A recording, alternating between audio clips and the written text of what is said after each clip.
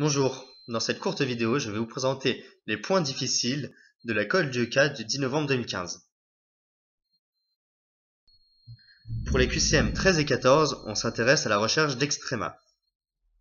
Ici, on recherche la présence d'un extrémum en 0. On voit que la dérivée de f en 0 est égale à moins 1. Or, dans la formule de la tangente, f' de 0 définit la pente qui doit être égale à 0 pour qu'il y ait un maximum ou un minimum. Ce n'est pas la seule condition, mais on peut s'arrêter là pour répondre à ce QCM.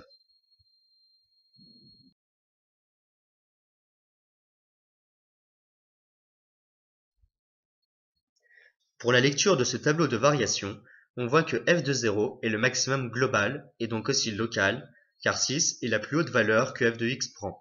On remarque aussi que f de moins 2 est le minimum global et donc aussi local, car moins 5 est la plus petite valeur que prend f de x. f de moins 5 et f de 5 sont des maximums locaux et f de 3 est un minimum local. Pour la lecture de ce tableau de variation, on voit que f de 0 est le maximum global. Pour le QCM 30, local, il faut retenir que les hypothèses plus haute valeur que f de x se font sur les populations. On remarque aussi que f de moins 2 est le minimum global. En effet, on connaît avec certitude ce qu'il se passe dans cet échantillon, est la plus petite et on essaye d'en déduire quelque chose pour toute une population. f de moins 5 et f de 5 sont des maximums locaux. Les lettres grecques servent pour la population est un minimum local. Les lettres latines servent pour les échantillons. Par exemple, mu correspond à la moyenne de la population et m correspond à la moyenne de l'échantillon.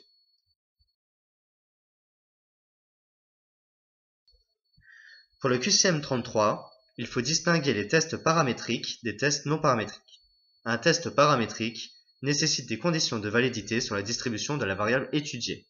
Un test non paramétrique ne nécessite aucune connaissance sur la distribution de la variable étudiée. Dans le cas présent, on utilise un test du Qui2 qui ne nécessite aucune connaissance sur la loi de distribution. C'est donc un test non paramétrique. Dans le QCM 38, la réponse D est fausse. Il y a une différence significative entre les moyennes des deux populations au risque alpha égale 5%.